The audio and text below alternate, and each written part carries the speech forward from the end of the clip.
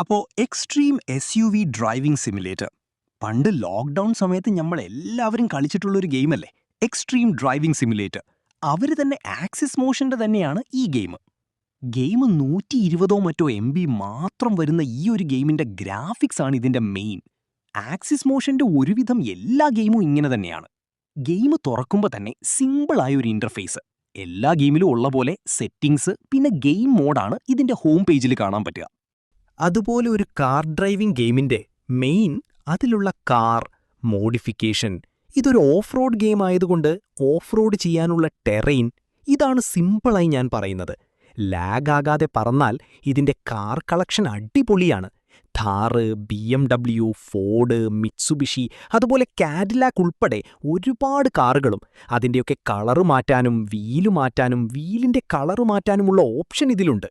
Car licensed അല്ലെങ്കിലും വളരെ detail ആയിട്ടാണ് ഇവരിതൊക്കെ ചെയ്തിരിക്കുന്നത്. ഇനി ഇതിന്റെ ടെറൈൻസ് നോക്കാം. മൊത്തത്തിൽ 3 ടെറൈനാണ് ഇതിനുള്ളത്.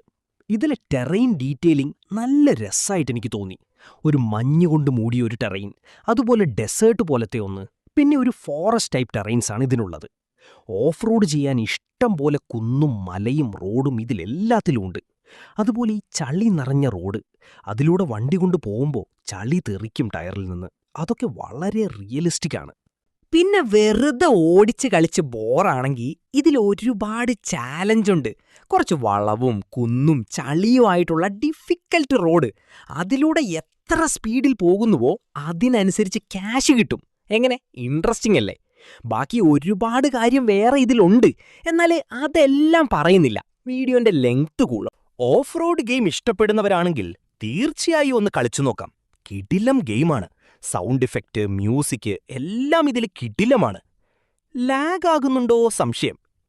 അവസാനം മൊത്തത്തിൽ പറയാനാണെങ്കിൽ നിങ്ങൾ ഫ്രീ ആണ്, നെറ്റ് കഴിഞ്ഞെങ്കിൽ, അല്ലെങ്കിൽ യൂട്യൂബ് നോക്കി മതിയായെങ്കിൽ ഒരു 1-1.5 മണിക്കൂർ സിമ്പിളായി ഇത് കളിച്ചൊക്കെ പോവും. ഒരു കാര്യം വിട്ടു, ഇതൊരു ഓഫ്ലൈൻ ഗെയിമാണേ.